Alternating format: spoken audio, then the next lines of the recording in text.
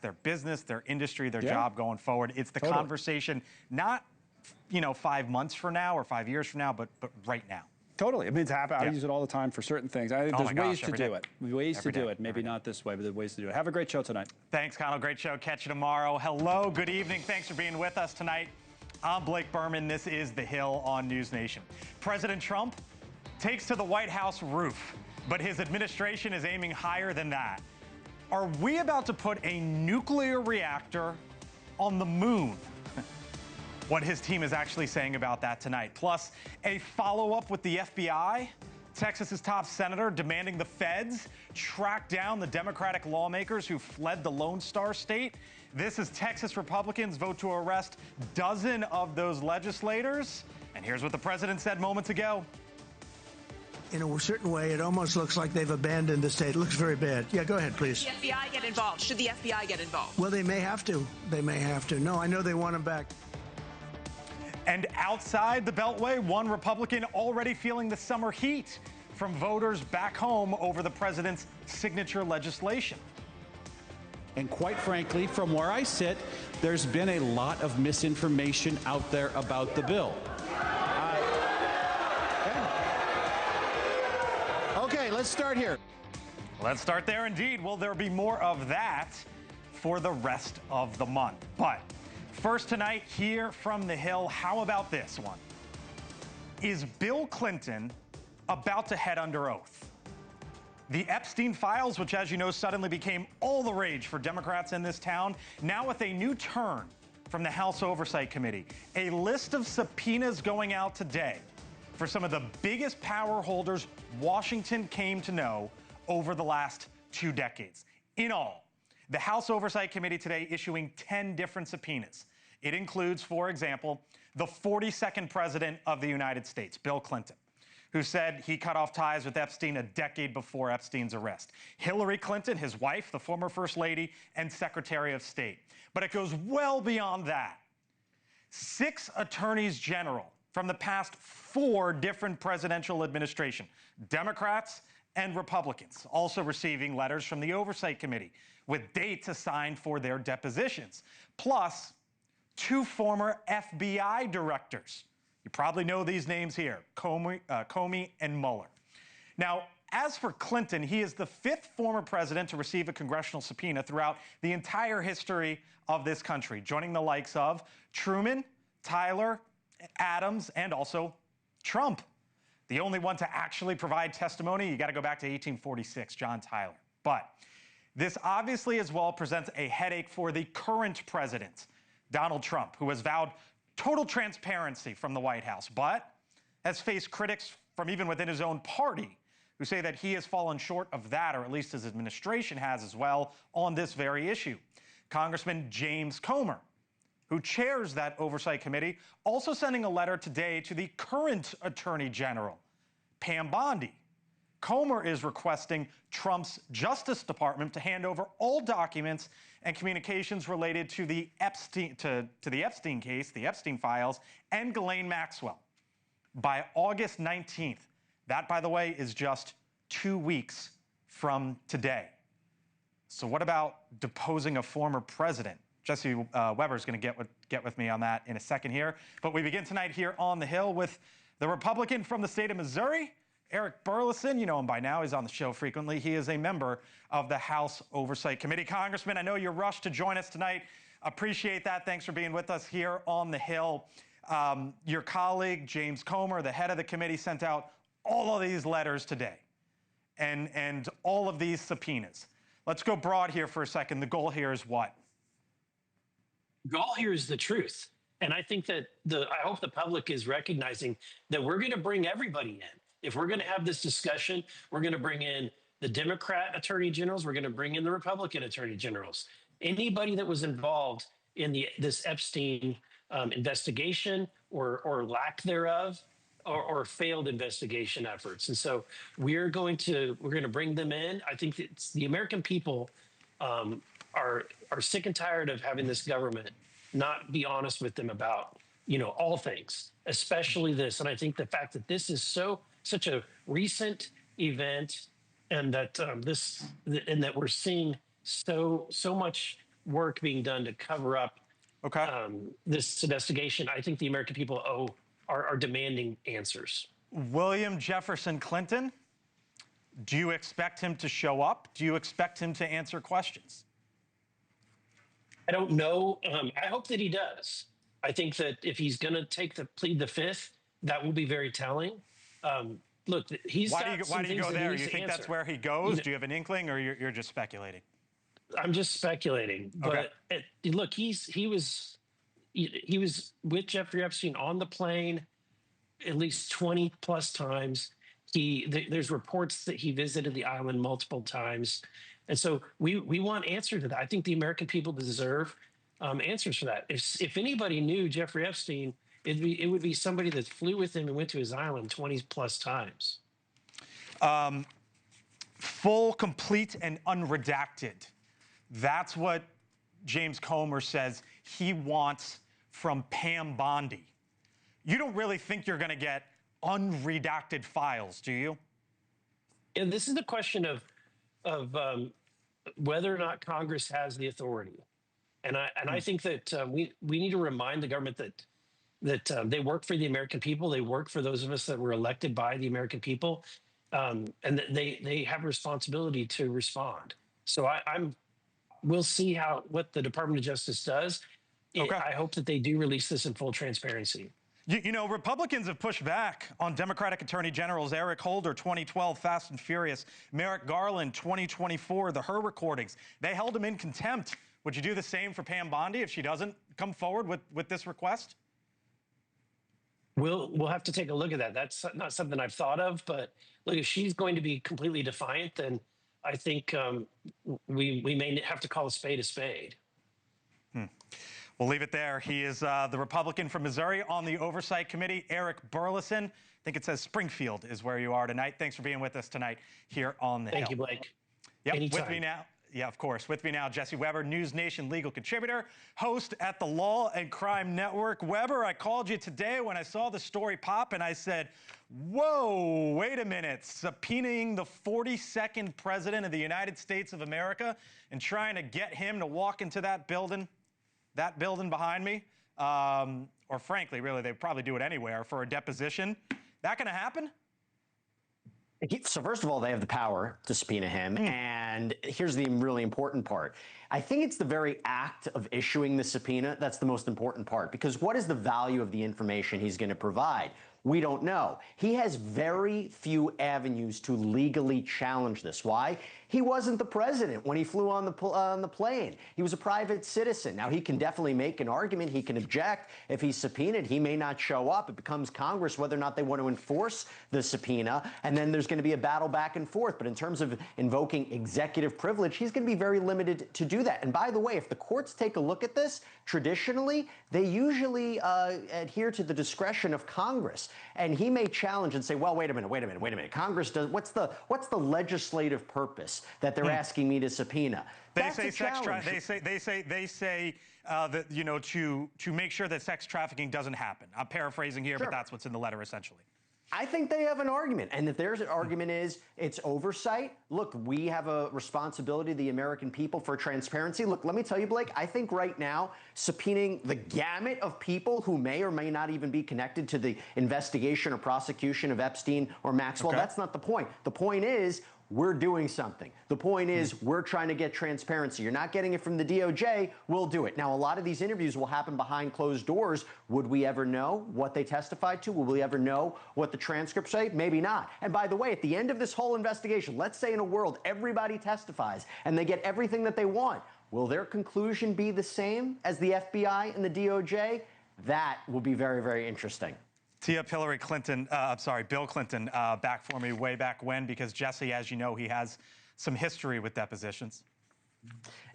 Hold that, because I want to roll it if you don't remember. Yeah, let's do it. It depends upon what the meaning of the word is. Yes. If is means is and never has been, that's one thing. If it means there is none, that was a completely true statement. So what would you advise him? Don't say that. I mean, look, Here's the truth. I think if he really has nothing to hide, right, and if he has any information about Jeffrey Epstein, and there's been no credible evidence that he had any knowledge of what Epstein was involved in or any involvement whatsoever, then comply with the subpoena, provide information, and Congress will take it from there. If he were to challenge it, or if he were to fight it, or you mentioned Pam Bondi, if Pam Bondi objects to this in any way, Representative Burleson said it very well. That's very telling. And at this point, when the battle is PR related, that's going to be very interesting for the American people to see. President Trump asked about this a little while ago, at least as it relates to Todd Blanche, who was his one-time personal attorney, now the #2 over at the DOJ, interviewing Ghislaine Maxwell a week or so ago. Here's what the president said. Todd Blanche is one of the most highly respected people you'll ever meet. So I know this. I didn't discuss it with him, but anything he talked about with her, or the fact that he did that, not unusual, number one, and most importantly, is something that would be totally above board. What do you make of what the president said there? He didn't necessarily say I wouldn't object to it, right? And that's what's interesting. Let me tell you how uncommon it is for basically Ghislaine Maxwell, that testimony, essentially an informant, to be released for the public. That doesn't happen. But if the name of the game is trying to be transparent, and I don't know what she ultimately said, naming 100 people or not, she has credibility issues in and of herself, aside from the fact that she's already a convicted child sex trafficker. If they allow the release of that transcript, it is very unusual, but going to be very important. They will have to redact certain private information, particularly about victims. So let's be on the lookout for that. It is a remarkable headline when you think about it. The Oversight Committee sending these letters today to a former president, former first lady, 6 former attorneys general, the current attorney general, 2 former FBI directors, and that is where this town is tonight. Jesse Weber, News Nation legal contributor. Thank you, sir. Appreciate it. You got it. Good seeing you. You as well. All right, still to come here on the Hill. Are we about to put a nuclear reactor on the moon? I promise you, that's a real question. And the administration laying out its plans today. I'll explain on the other side. Plus, the Lone Star State showdown. Is the FBI about to be called in to track down lawmakers? And then there's this. How much does it cost for fascism? How much do the taxpayers have to pay for a fascist country? That the scene in one district last night. Are Republicans about to see a lot more of that now that it is their summer break? Plus, the president asked moments ago, is J.D. Vance his heir apparent? We'll play you those comments. I'm Blake Burman, back on the other side in 4 minutes. See you then.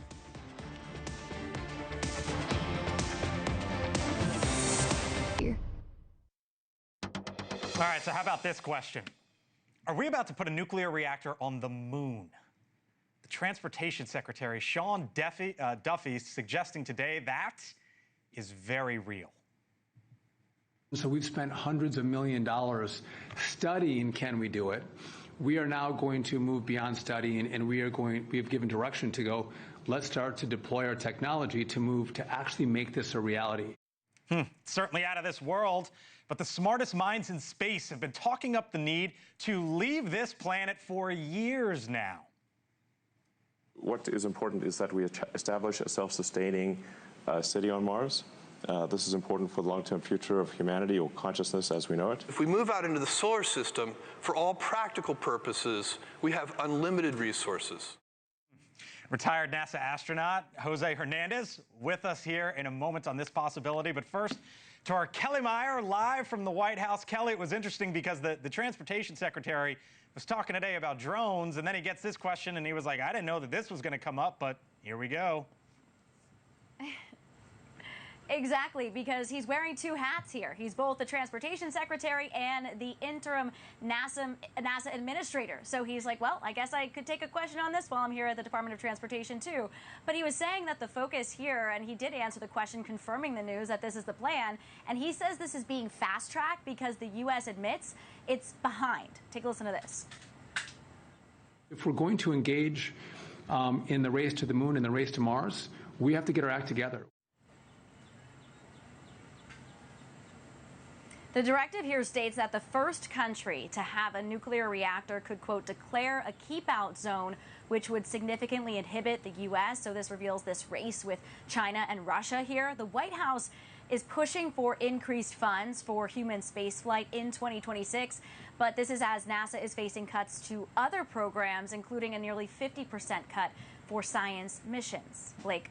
All right, our Kelly Meyer live on the North Lawn tonight. Kelly, thank you. Come on in. Jose Hernandez, retired NASA astronaut, part of the 128th shuttle mission, with us live tonight here on the Hill. Thanks for being with us. Look, I get it. Space is math and science and a whole lot of things, but I can't comprehend it. So help me here. How would this work? Talking about a nuclear reactor on the moon, and we're now all in on this, it seems. Yes, Blake. Well, first, let me tell you that I worked 16 years at a national laboratory dedicated to national defense with nuclear applications. So I traveled to Russia in a nuclear nonproliferation program. And let me tell you that we are so ready to have nuclear power in space.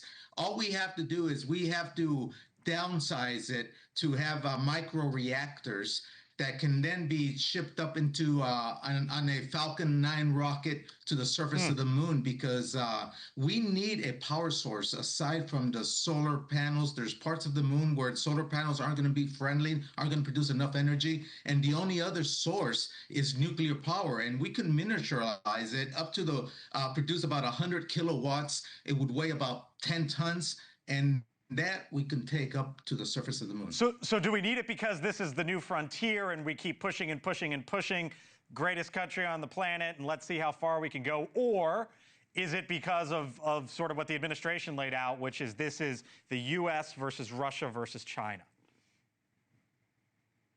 I think it's a combination of those two reasons, Blake. I think we got to keep up with the Joneses, and we're realizing that we're falling behind, especially with China.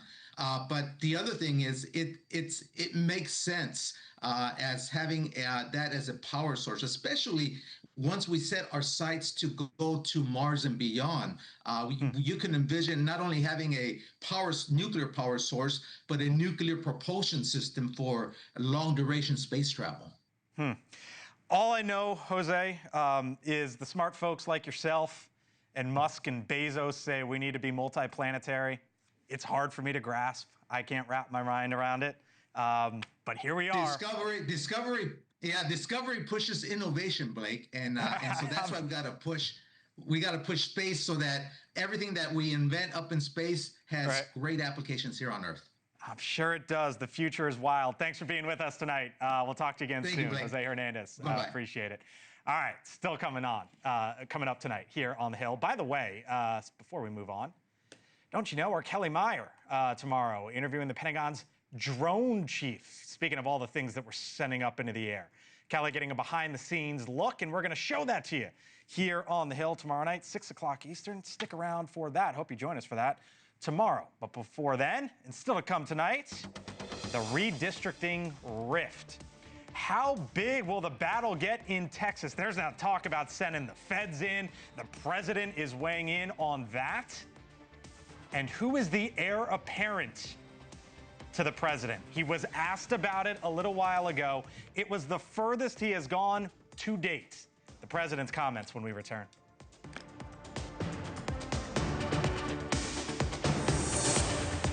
Call now.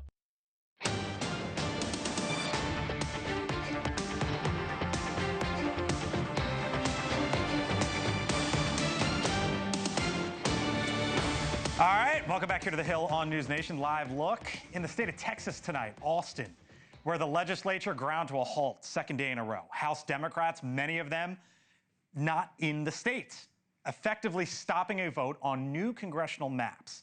Several dozen now taking political refuge in the state of Illinois. They know that they're headed toward a loss of the Congress in 2026. They're afraid, and they should be.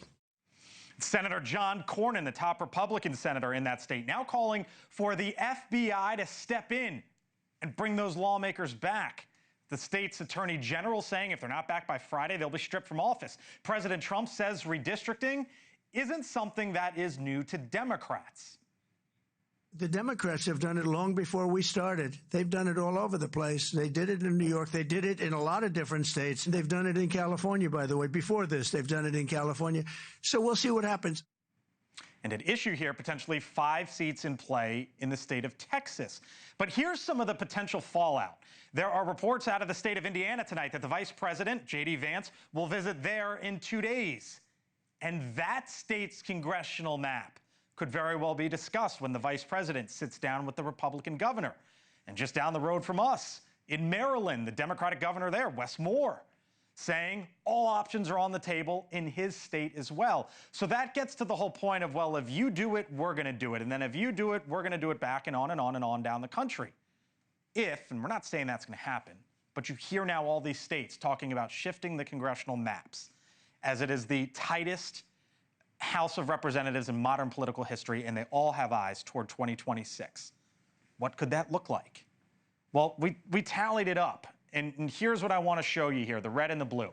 See the red states there? Those are states in this country that have a Republican governor and the state house all Republican.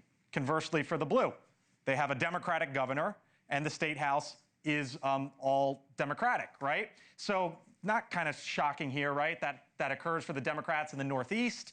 Frank, we can see way out west here. And then for the Republicans, that setup is down here in the Southeast, all across the Southeast. And then in the upper plains here, Montana, North Dakota, South Dakota, etc. Add it all up. This is all theoretical, but it gets to the point of what happens if one state does it and the next state does it, and on they go. In all these states, you got 220 Republican seats, 193 Democratic seats. Not saying that this is what's going to happen, but this is sort of the lay of the land right now as this conversation's taking place. Congressman Kevin Kiley, a Republican who is pushing back on his party, saying don't go down this path, with me in a moment. Hello, Congressman. I'll get to you in a second. But first, to the other side of the aisle, Henry Cuellar in the state of Texas, whose seat is potentially on the line, with us live tonight here on the Hill. Congressman, thanks for being with us. The Democrats in your state have left. Do you think they should come back? No, I think they should look at every procedural way to stop this mid-decade redistricting. Look, we saw this in 2003, the Tom DeLay redistricting, and it was done for political purposes. They shifted a Democratic delegation to a Republican delegation. So, yeah, this is something that procedurally... Stay there indefinitely? Yeah, look, we know that they're going to be there for a period of time. I think eventually, I think, depending on how long they can keep calling special sessions, eventually they will probably have to come back, but they're going to be calling attention and they're going to give opportunity to other states, just like you said a while ago. If the Republicans do it, unfortunately, we're going to have Democrats doing this. You want every governor doing it then? Gavin Newsom, though he would have issues with the way the law's set up there in California, but you understand the point. Pritzker in Illinois, Hochul in New York. You can go on and into New Jersey and Connecticut, some of the other, Massachusetts, some of the other deep blue states. You want those governors doing that? Well, you know, again, if you're going to fight fire with fire, you got to fight fire with fire. I mean, it's very simple. I wish we wouldn't do this. Redistricting should be done after a census, and it's done because of the census and population changes. But unfortunately, you know, Republicans, and I'll say this, have been very good at redistricting. We saw that in 2003 in the state of Texas, where they shifted a Democratic delegation to a Republican delegation, and they're coming back again in 2025 to do the same thing. We know what's going to happen in 2026. Every party that's in power will lose. We saw that almost every single time, with a few exceptions. But they're trying to change the lines before 2026. Let me ask you this, because your district, you're down there, southern part of Texas, there along the border. Your district, under the proposed map, I think would shift a few points in the Republicans' direction. You think you win your district? Oh, absolutely. Actually, if you look at it, they're giving me, if we go with those lines, they're giving me counties that I represent, Hidalgo, LaSalle, counties I represented just up to December of 2022. Those counties I won very strongly. So you don't feel threatened at all? Well, look, I want to keep the lines that I have, but if I have to run in these lines, look at the numbers. Actually, I do better under this new district with Democrats than the current district. But I like to keep the current district right. You're looking at Trump numbers, and they're basing everything on one assumption. They're assuming that Republicans that voted for Trump are going to vote for Republicans, and the numbers just don't show that. And by the way, I think I'm the number one performer. I perform any other Democrat in the country. You overperformed an election in the past election, indeed. Henry Cuellar told you wanted to get to the other side of the aisle as well. Thanks for being with us tonight here on the Hill. So to another state that's getting a lot of attention, California, obviously one of those blue states. He is a Republican in that state. Congressman Kevin Kiley with me now here on the Hill. Congressman, you have legislation out, and hello, thank you for being with us once again, that would basically say you only get one shot. Normally the shot happens after the census, and they do it right after the census. You only get one shot. So you believe that Greg Abbott's in the wrong here? Well, so I should note, this actually is the law already in California. Our Constitution holds that you only do redistricting after the census, and it bars mid-decade redistricting. But the governor of California, Gavin Newsom, is trying to blow that up in addition to abolishing our Citizens Redistricting Commission that was established by voters. So I'm concerned about what's going on across the country, but as a representative from California— Concerned in Texas, though, too? I'm particularly concerned about what's going on in my own state, and this attempt to really threaten our democracy by undoing the will of voters and reintroducing a partisan redistricting process. Now, I don't love what's going on in Texas either, and that's why I've introduced legislation that will stop Governor Newsom's scheme in California, but will also put a stop to this brewing redistricting war by saying that states should do redistricting after the census, and we shouldn't do it at any point between decades. The president suggested today, earlier this morning, that Republicans deserve these 5 seats in Texas. Republicans deserve them? Well, I think the president is looking at this through some of the sort of systemic inequities that are part of the system now. So number one, the U.S. Census Bureau has said that there was a miscounting in many states in 2020, mostly because of COVID, that essentially gave Democrats several extra seats. And then there's the fact that illegal immigrants are counted in the apportionment process. That also has given Democrats extra seats. And then there are a number of states like Illinois that are extremely gerrymandered and have a much greater imbalance between the parties than, say, states like Texas. So I think it's a reasonable thing for the president to be looking at this in terms of sort of balancing the equities. But I don't think that necessarily he was given a full picture of what this might lead to. And I don't think the president wants to see the delegation in California, New York, wasn't given a full picture. Do you believe then he shouldn't continue to go down this road? Well, I think ultimately this is a matter of the House of Representatives and how the House's membership is going to be determined. And so the onus is really on the Speaker of the House. And so I've called on him to show some leadership here, along with the minority leader, Hakeem Jeffries, because the reality is this is not something that is supported by members of the Republican conference. It's not popular among members of the Democratic conference. It's not good for voters. It's not good for representatives, and it's definitely not good for the country. And so I think that this is an opportunity for the Speaker and the minority leader to recognize that. And I think that my bill provides an opportunity to do that by saying that we're not going to have any mid-decade redistricting, that states should draw their lines after the census.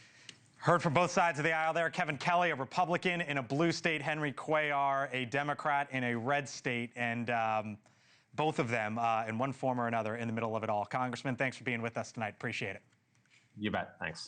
All right. Still to come here on the Hill. The president asked about all this and more today. What did he say about J.D. Vance? It's the furthest he has gone about Vance in 2028. We'll play that sound for you on the other side, and then there's this. There's been a lot of misinformation out there about the bill. If it's Vance 2028, is he going to have to defend that? And are Republicans going to see more of that when we return?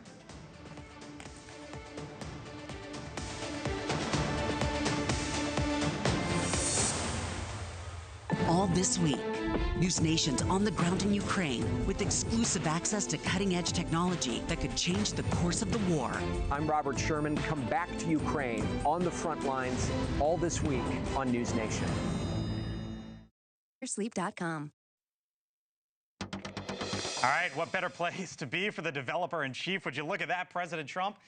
To be on the roof of the White House, bird's eye view of the future site of his construction project there at 1600 Penn, the new ballroom that they're going to be building there. President Trump stopped to smell the roses, I guess you could say, earlier in the day. He would also just moments ago be asked about a possible successor if J.D. Vance is the heir apparent. Most likely, in all fairness, he's the vice president. I think Marco is also somebody that maybe would get together with J.D. in some form. I also think we have incredible people, some of the people on the stage right here. So it's too early, obviously, to talk about it, but certainly he's doing a great job, and he would be probably favored at this point. Of course, that would mean Republicans retaining the White House in 2028. In the meantime, there could be a whole lot of questions about what's gone on with at least the one big, beautiful bill and how Republicans will defend that. Last night in Nebraska, Mike Flood, congressman, faced with this. I want the opportunity to tell you and talk to you about health care in the bill we just passed. I want to go right into this bill because I know this is something a lot of people have questions about. And quite frankly, from where I sit, there's been a lot of misinformation out there about the bill. Okay, let's start here. Let's start here, and away it went. Whoever is the heir apparent will have to defend that. Full panel here with me now. Mark Short, former Legislative Affairs Director in the first Trump administration, Chief of Staff as well to the Vice President Mike Pence. Taryn Rosencrantz is a Democratic strategist. Aaron McGuire, Republican strategist. And Scott Bolden, News Nation political contributor. Hello to you all. Thanks for being here. Nice to have you. That was the furthest that Trump's gone on Vance. What'd you take away from those comments? I took away what I think everybody should expect from the president, which is no full-throated endorsement of anybody as the heir apparent to MAGA. One, the president sees himself, and he is MAGA. That comes from him. That is his movement. It is about who will be able to shepherd those voters and keep them engaged going into the 28 cycle. It's about who he thinks will be able to keep that moving. It's tough to tell right now. Midterms will actually probably play a bigger part in figuring out who might be the 28 successor for him than anything else. Rubio said, Mark, I think J.D. Vance would be a great nominee. He went on to say he's a close friend, and I hope he intends to do it. And that was the backdrop for that question there today. My experience is the president does not set up his vice presidents for succession very well. Only one has ever done it, become president. Do you have any personal experience? I said my experience is, and I think this is way too early to be talking about this because Aaron said there's going to be a lot of controversies over the next 3+ years. And, and yeah, I think the president is MAGA. I don't think there really is a successor to MAGA. And I'm not confident he wants a successor to MAGA. And so, because then it somehow devalues what he's been. So I think there's a long time between now and then. I should note favorability ratings. Recent poll, J.D. Vance among Republicans, 86%. Donald Trump, 86%. So he's up there as well. One other thing to note about this is the moment Trump actually starts really talking about what's going to happen in 28, he puts himself in that lame duck category. This is not a president who has wanted to do that at all. So I would see him tiptoeing very carefully. Hold on, I'm going to get to you too in a second, but I'm just curious on what you saw there out of Mike Flood, because whoever is the next Republican is going to have to defend the one big, beautiful bill. Some might want to, some might not want to. This shouldn't be hard. The reality is that Democrats voted to increase taxes on working families. They refused to support funding for our border.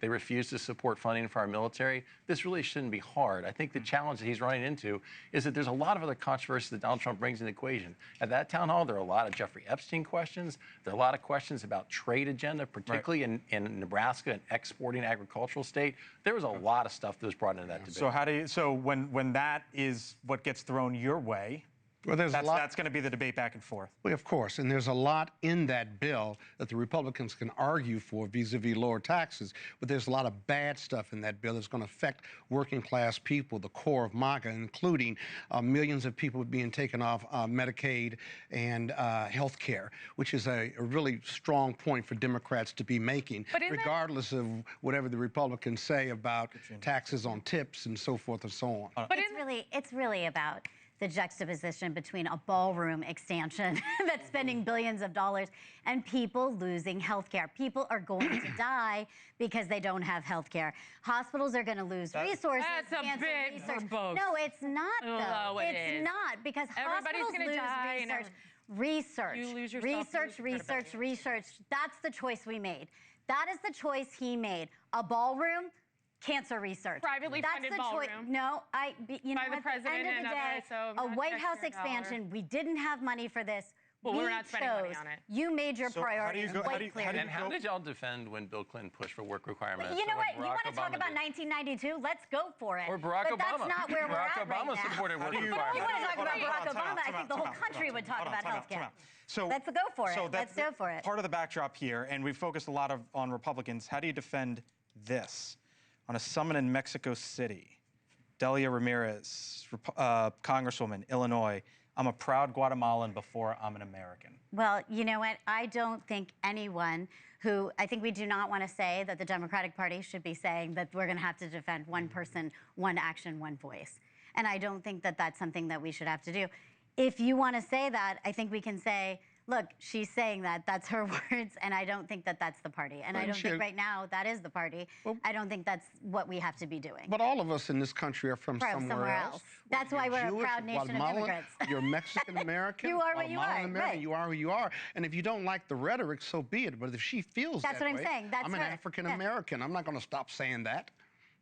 Oh, listen, I'm as American as the day is long. Both my parents are American, my grandparents are American, my great-grandparents are American. But that's what I'm saying. As an elected member of Congress, But as an elected member of Congress, your job is to represent the constituents of the United States. And if you're standing there saying that you're proud to be from somewhere else than you are for the country you represent at that point, yes, that is a political point Republicans can make. And real quick, on the Mike Flood town hall, in that, he said, if a 28-year-old is able to work and chooses not to do so, should they receive Medicaid benefits? And that crowd said yes.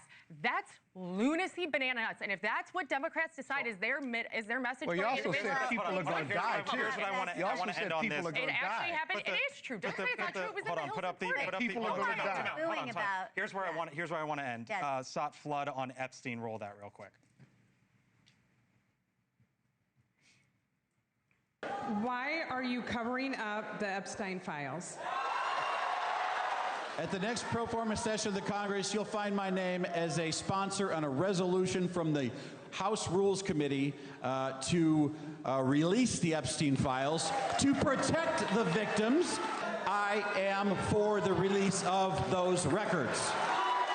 I'm gonna end with you here because you brought it up. How much does that follow? Oh, I think it follows. I think the challenge for the Trump administration is they lit this flame, and they're not going to be able to just extinguish it by hiding it. And I think you're going to have more and more members, just like he said, signing on to these petitions to force the Speaker's hand and having a vote. Okay. All right. We'll leave it there. What's in the files? Spirited. Thank you all. Appreciate it. Donald Trump. Still to come on the other side of the break. I started this show talking to Connell, saying, you know what?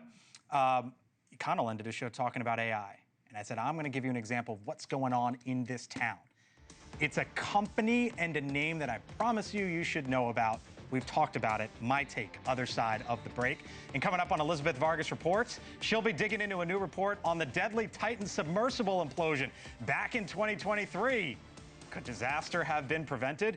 Yup. That is at 7 o'clock Eastern, 8 minutes away, right here on News Nation. She'll have that. My take, what's trending, other side of the break. 9 today.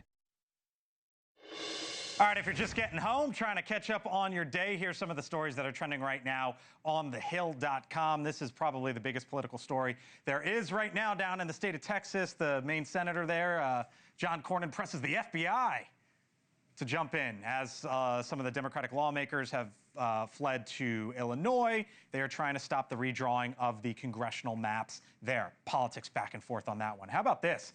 Toppled Confederate statute returning to D.C. That's a loaded headline, obviously, back in 2020. Some of the backdrop here. Back in 2020, the statute was taken down. The president is looking forward or looking ahead to the 250th anniversary, and now that has been ordered back up. Last headline here that is trending on the Hill. Oof. FDA upgrades nationwide butter recall alert to a higher level. I think it's like 65,000 pounds of butter have been recalled due to some bad milk. There you go. There's your warning.